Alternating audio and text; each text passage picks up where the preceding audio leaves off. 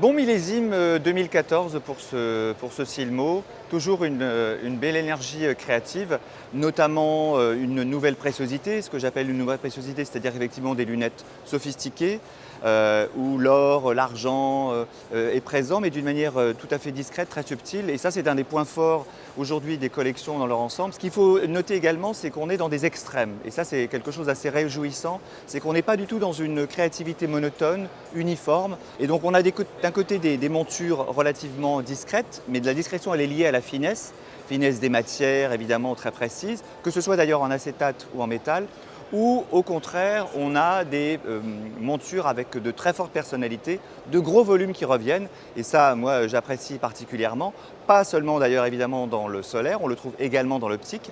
Donc on a ces formes qui ont du caractère, avec des sourcils marqués, avec des formes marquées.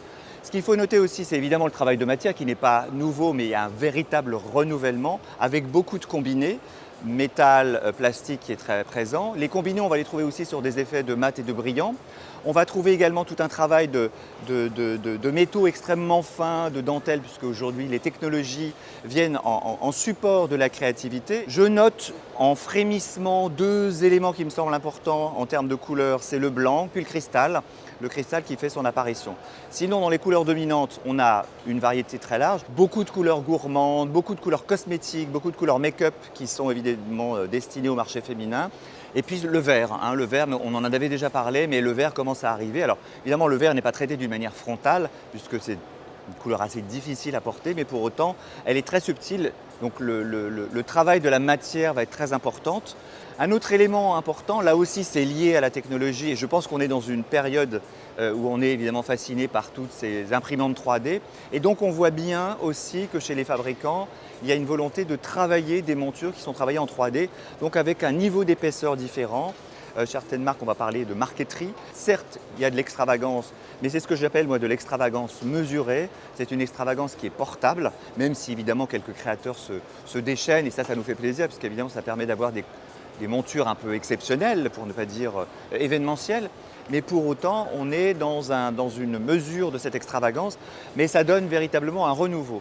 Alors je vais faire un petit aparté très très court sur le vintage, et moi je défends mordicus la disparition de ce vintage, parce que ça a été évidemment ça a été un élément important dans la mode, mais aujourd'hui il y a un effet de saturation. Et on voit bien que dans le secteur de l'optique particulièrement, et chez les créateurs, il y a une volonté de détachement de ce vintage.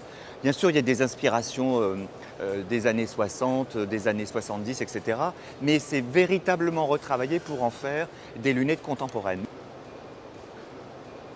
Difficile d'être au Silmo et de ne pas évoquer les lunettes connectées qui est effectivement le sujet médiatique depuis quelques mois. Et le salon s'y intéresse évidemment puisqu'il est ouvert un espace opticien connecté où on retrouve effectivement des spécialistes de la connexion. C'est une voie en tout cas d'avenir tout à fait intéressante pour les opticiens, mais pas seulement. Au jour d'aujourd'hui, on peut considérer que c'est quand même un objet pour geek, effectivement. Alors, la technologie fonctionne sans aucun problème. Par contre, on est encore un peu dubitatif quant à l'usage. En tout cas, on voit que des spécialistes comme Google, mais aussi des grands groupes s'intéressent à ce style de lunettes. Et on a besoin effectivement d'avoir des lunettes peut-être dans un design qui se fonde davantage avec le porteur.